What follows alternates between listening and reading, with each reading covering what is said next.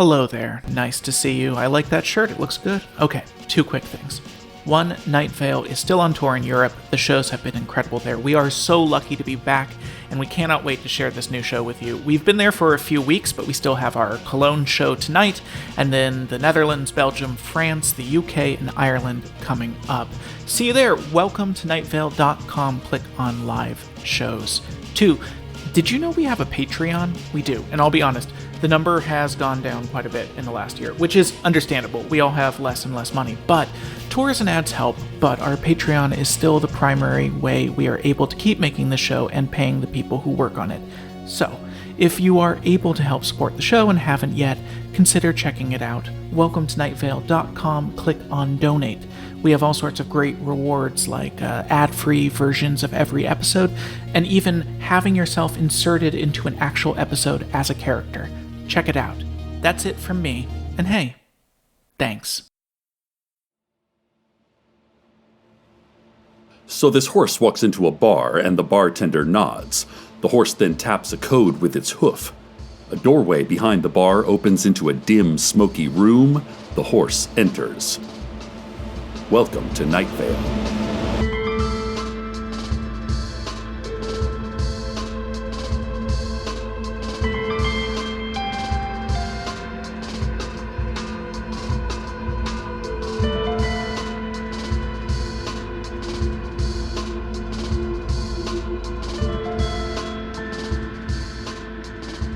Our top story today is about astronomy.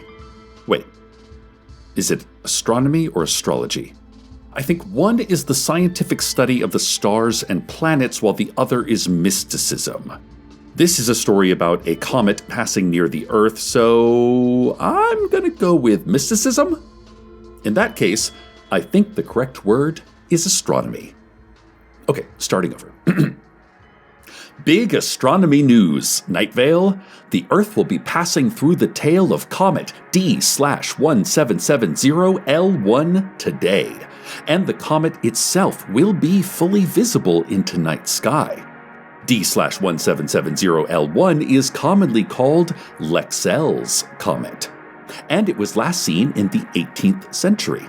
Astronomers, using magic crystals, managed to map the orbit of the comet, but then the comet unexpectedly disappeared. Lexel's comet was long thought lost, but nope, here it is, once again, mysteriously passing within a hair's breadth from our fragile little planet. I'm sorry, listeners, but our radio station hotline is ringing.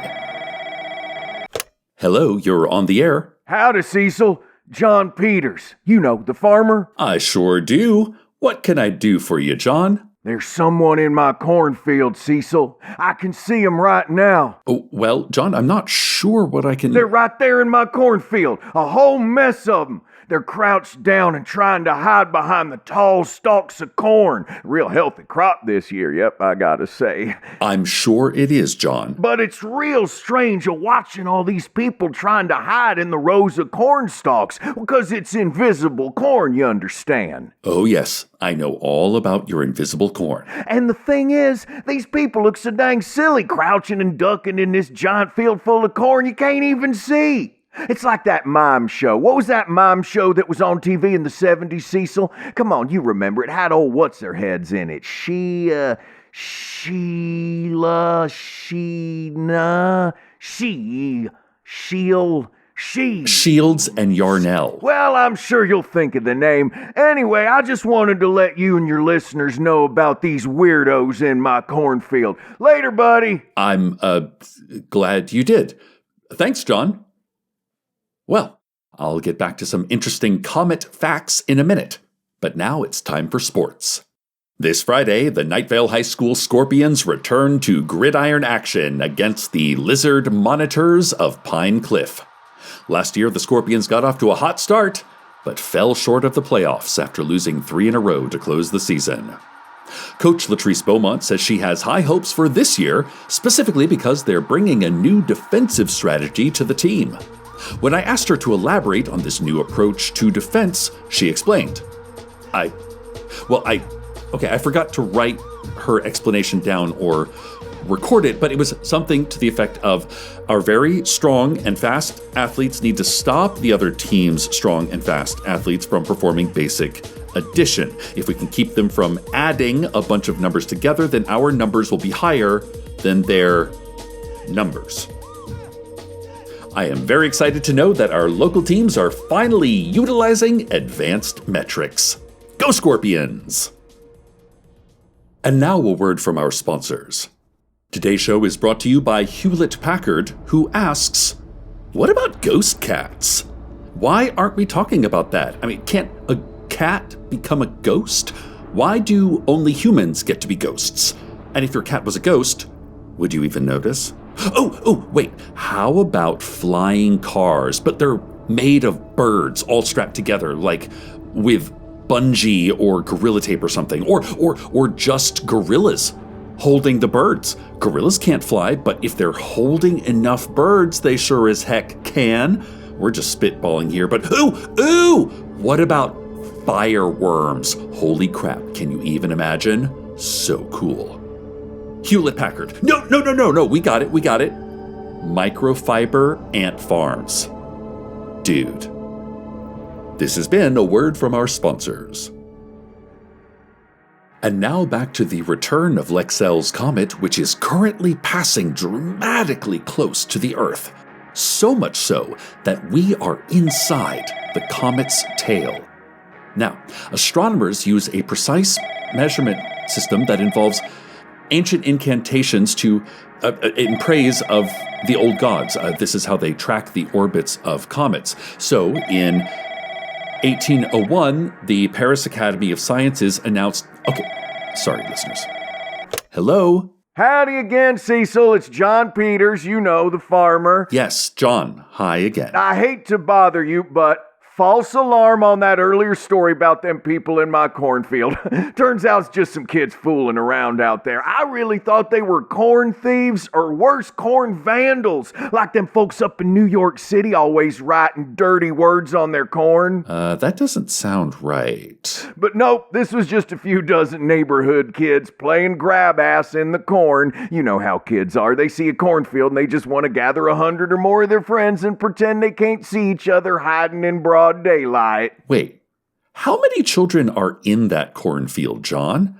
You don't even live in a neighborhood. You live on a farm, so they can't be neighborhood kids. Say, I heard your story about the Scorpions. I think they got a good team this year. Might go all the way to state. Got to improve that defensive line, though. Like you said, Cecil, them boys in the A-gap are getting blown right off the ball. That leaves the mic unprotected, and in cover one, that can lead to big plays up the gut. That's roughly how I reported it, yes. Okay, John, I've got to get back to the... Well, Cecil, I got to get back to the farming. Got to go out and tell them kids it's all right if they want to be in the cornfield, just no stealing or breaking my corn. And absolutely no writing curse words on it neither. Bye, John. Okay, well, more on the comet soon, but we've got to get to traffic. Looking now at the local highways and byways, I can see that all of the tractor trailers have become sentient. They're driving around with no humans behind the wheel. They're currently circling Estes truck stop over on exit 13 of Route 800, so I imagine that means gas prices are really good there. If you're out on the road right now, listeners, let me warn you right now to keep your eyes open for sentient big rigs, and follow them to Estes truck stop for an affordable fill-up. This has been Traffic. Oh, a new man came to town. I met him the other day at the Spiked Hammer coffee bar. He had a microphone and a laptop. He said he was a podcaster. Well, we have all been podcasters at one point or another in our lives. This man seemed sort of lost and lonely. So I thought I would welcome him with a friendly, "Identify yourself, interloper!" He said his name was Joseph, and I said, "Hi, Joe, I'm Cecil." And then he said, "Please don't call me that." And I winked real big and said, "Why would I call you Cecil, Joe? That's my name." He laughed. Not a hearty laugh and a knee slap, more like a heavy sigh and fingers to his temples. I apologized for the silly joke about his name and offered to buy Joseph a coffee. He cringed and said, "They don't filter their coffee here, though. It's just chunks of smashed up beans floating in warm water."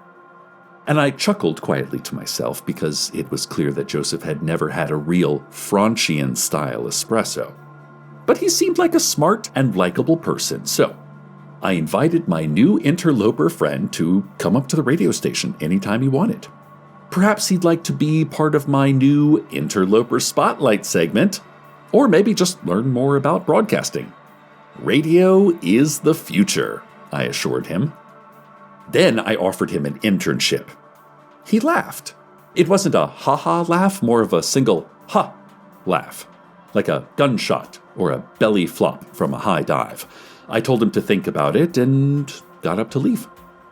But before walking away, I asked, "Oh, say, what's the name of your podcast?" And he said, get this, he said, "Welcome to Night Vale." That's when I laughed. It wasn't a ha-ha laugh, more like a ha-ha, ha-ha, ha-ha, ha-ha, ha-ha, ha-ha, ha-ha, ha-ha, ha-ha, laugh. Like the spin cycle of an unbalanced washing machine. This Joseph guy is a real delight. If you run across him, listeners, give him a friendly shout and point. Oh, and Joseph, if you're listening, good luck with your podcast. I'm happy to come on as a guest anytime you need me. And now back to the comet.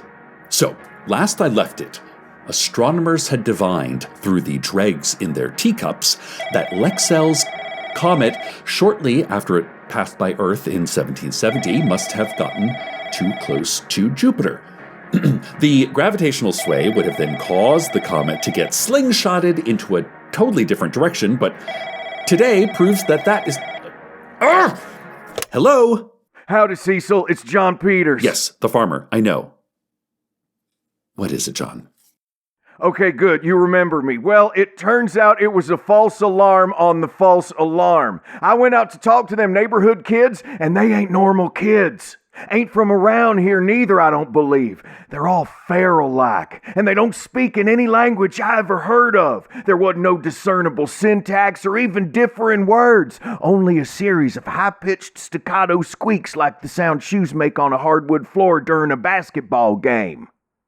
But I didn't worry none about their language. I was worried about them killing a bunch of animals in my cornfield. Wait, what? I said, I was worried about them killing a bunch of animals in my cornfield.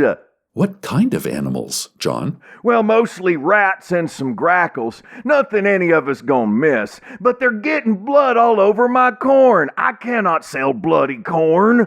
Plus, the weird thing is they weren't just killing these things with magnifying glasses and acid baths like normal kids. No, they were ritually sacrificing these poor creatures to some god.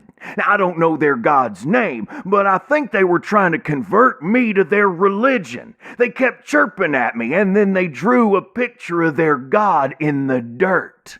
It was a winged serpent. Now, this winged serpent wasn't nothing like the beautiful Aztec god Quetzalcoatl, who controlled the wind and the crops. Plus, these kids' language, dress, and aesthetic depictions of their gods were far from those of the ancient Mesoamerican cultures who built the Aztec pantheon. Besides, this winged serpent looked more like a big old rat snake with some little fluffy wings, not dissimilar to the kind you might put on a baby for Halloween. I'm losing the thread here, John. Long and the short of it, Cecil, is something needs to be done about these kids and their very aggressive religious practices. I'm okay with people finding God and talking about it all the time, just not on my land. I'm a little scared to get back out into the corn and talk to those children, 'cause they got a bunch of scary-looking farm tools. And I remember seeing that Stephen King movie from back in the 1980s. You remember that movie, Cecil? Had a bunch of children, and they were in the corn. What's the name of that? Chariots of Fire. That's the one. Woo, catchy soundtrack, that movie. But scared the bejeebers out of me. John, we're up against it here. Good luck out there, okay? Well, I gotta be going. Gotta feed the cassowaries. Ciao, Bubba. Listeners, I'm so sorry. I was excited to talk to you about the comet today, but we're running short on time. Let me take you now to the... Oh, wow. Would you look at that sky? Just the brightest golden glow. Gorgeous. Our planet must be in the heart of the comet's tail right now. It's as good a time as any, then, for the weather.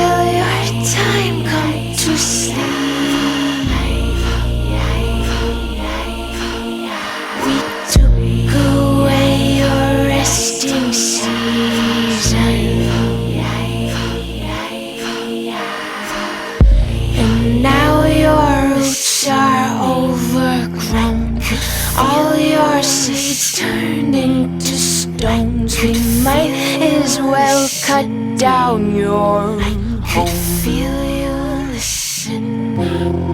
I could feel you listening. I could feel you listening. I could feel you listening. I could feel you listening. Rotting leaves stuck to your limb. Wondering when autumn ends.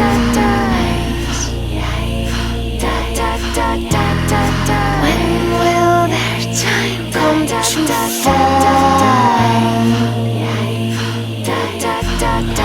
We'd rather not have snow at all.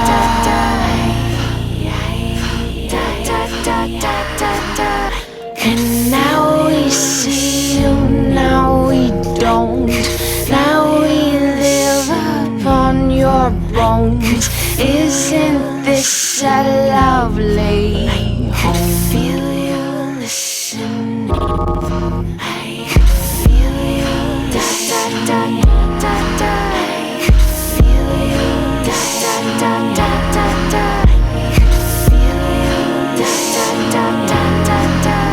could feel you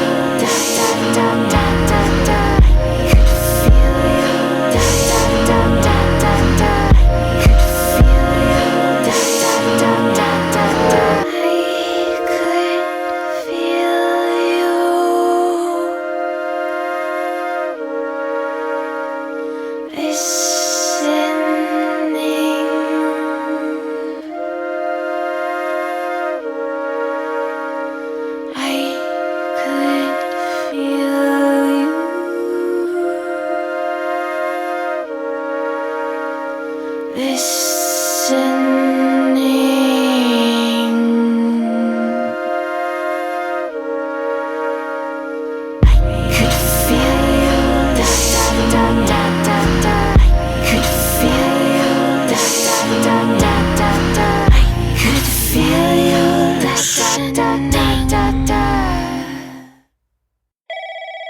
And we're back. It looks like the Earth has finally passed out of Lexel's comet's tail, but that doesn't mean that you can't still catch a beautiful image. Oh my God! John, what is it? Hey, Cecil.